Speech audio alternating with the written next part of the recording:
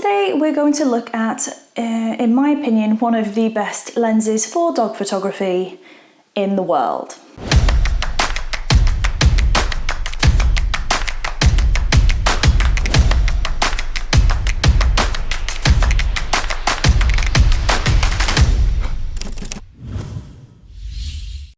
Hi everybody, welcome or welcome back. Thanks so much for joining me. Today we're going to look at, like I've just said, one of my favourite lenses in the world. This is a new edition and we will get to that in a sec, but if you haven't already, please do press the subscribe button and click the bell icon.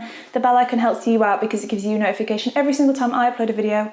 I upload every week and sometimes more than that if I feel like it. If you are new here, we do all things dog photography and yeah, hi, I'm Jess. If you have been with us a while, you may have remembered that I said this, and I will never buy third-party glass again. Now, I don't really think I was lying then because I firmly believed what I was saying. However, I have tried a number of new lenses and it became very clear that one of them was the right one for me. So I just kind of want to cover that off in this video, as well as showing you guys a few examples, showing you guys the lens, and also just kind of going into a little bit more details. You guys know that I shoot with the 70-200 2.8 GM lens from Sony, and this lens is pretty damn incredible.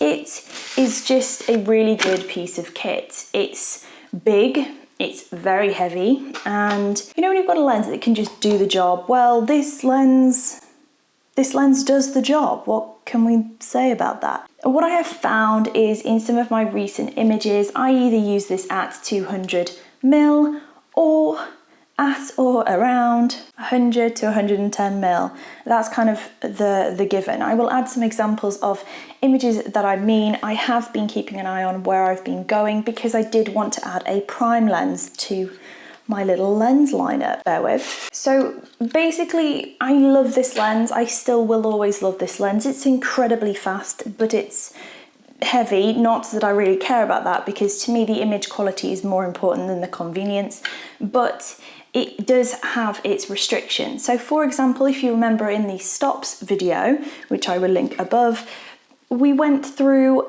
that I needed to get an extra stop of light, and I was pushing this and the camera to its absolute limits to get that because I tend to shoot in the woods. And what I found is essentially I'm continually having to push it to its limits in terms of the image quality that I expect from the camera.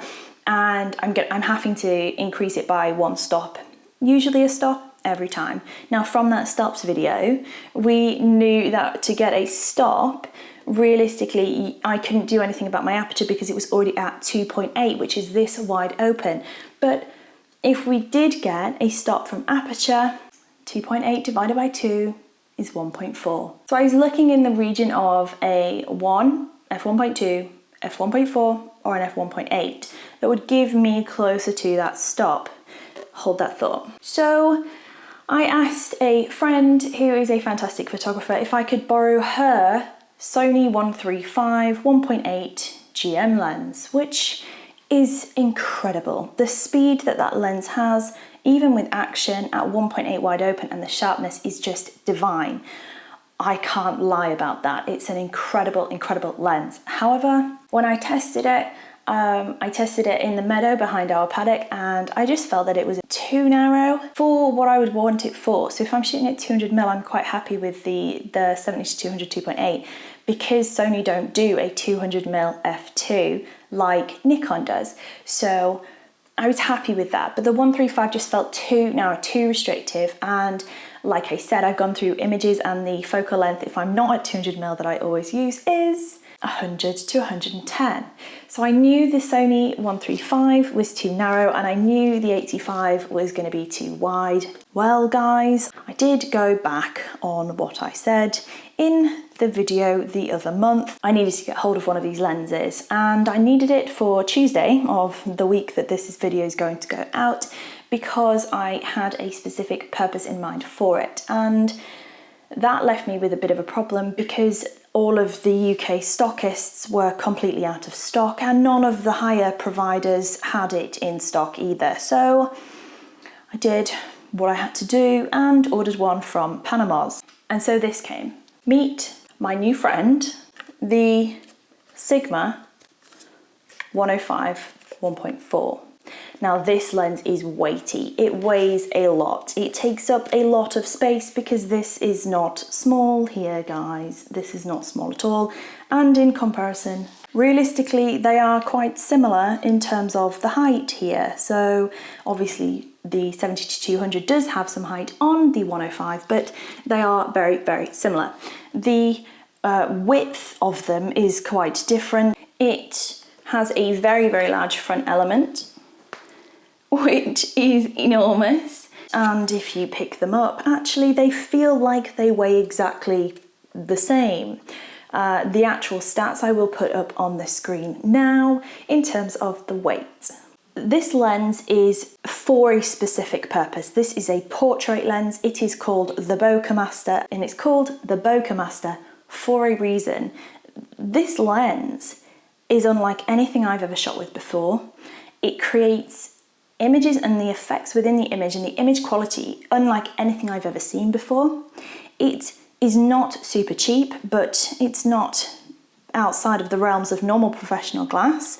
Again, I will put the stats up on the screen now in terms of UK recommended retail prices. And to be honest with you, I think I'm in love with it. So this lens came, very excited, obviously. By the way, it came in 34 hours. 34 hours from the time that it was collected from the collection point in China. It arrived at my doorstep in very rural East Yorkshire. So that was quite impressive, if we're going to be honest. The downsides of this lens are the weight and also the fact that it is actually really quite slow when focusing on a moving subject. And by moving, I mean a dog running at full pelt straight towards you with the Sony. Now, I'm still going to test this, so if that changes, I will update the blog post in the description below.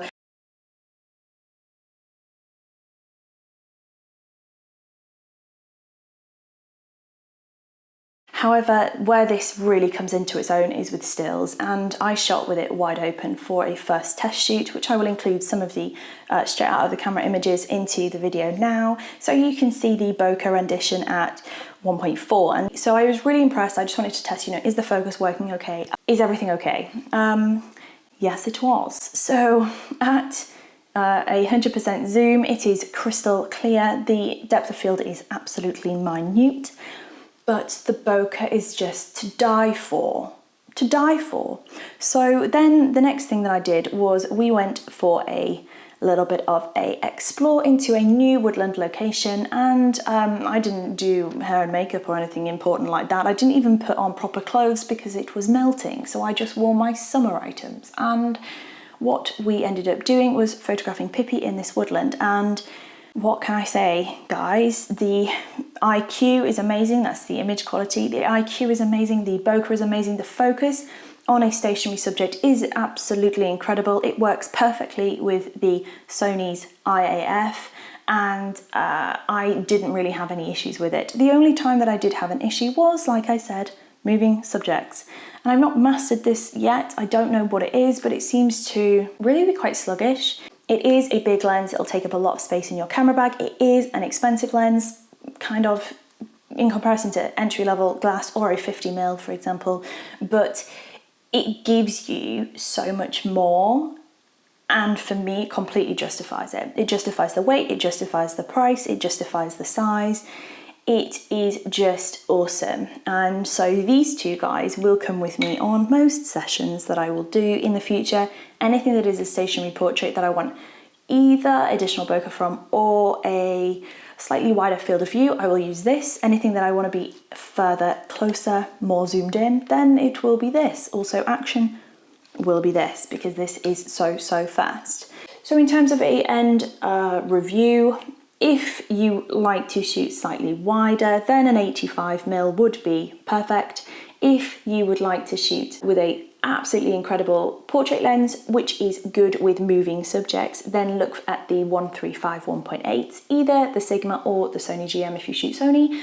And if you shoot any camera make and want the most incredible portrait lens that I've ever handled, this is your guy. That's it today, guys. I'm not going to go into any further detail. If you want to see future images taken with this lens, and also with this lens, and also with other lenses, then do not forget to go ahead and find us on Instagram. Give us a follow if you like to be on the gram. I would very much appreciate you over there. Also, if you are not aware, there is some very exciting training opportunities coming up soon, not least the workshops, which are in September and October. September is completely rammed, fully booked with a big waiting list. October still has some spaces on, so if you are interested in coming to Yorkshire, then that is the option. All of the information to that will be in the description below, and I will see you all again very, very soon. This is a reminder to please press the subscribe button and click the bell icon. The bell icon helps you out because it gives you a notification every single time I upload a video. I upload a video every week and sometimes more than that if I feel like it. I would really like to have you on board.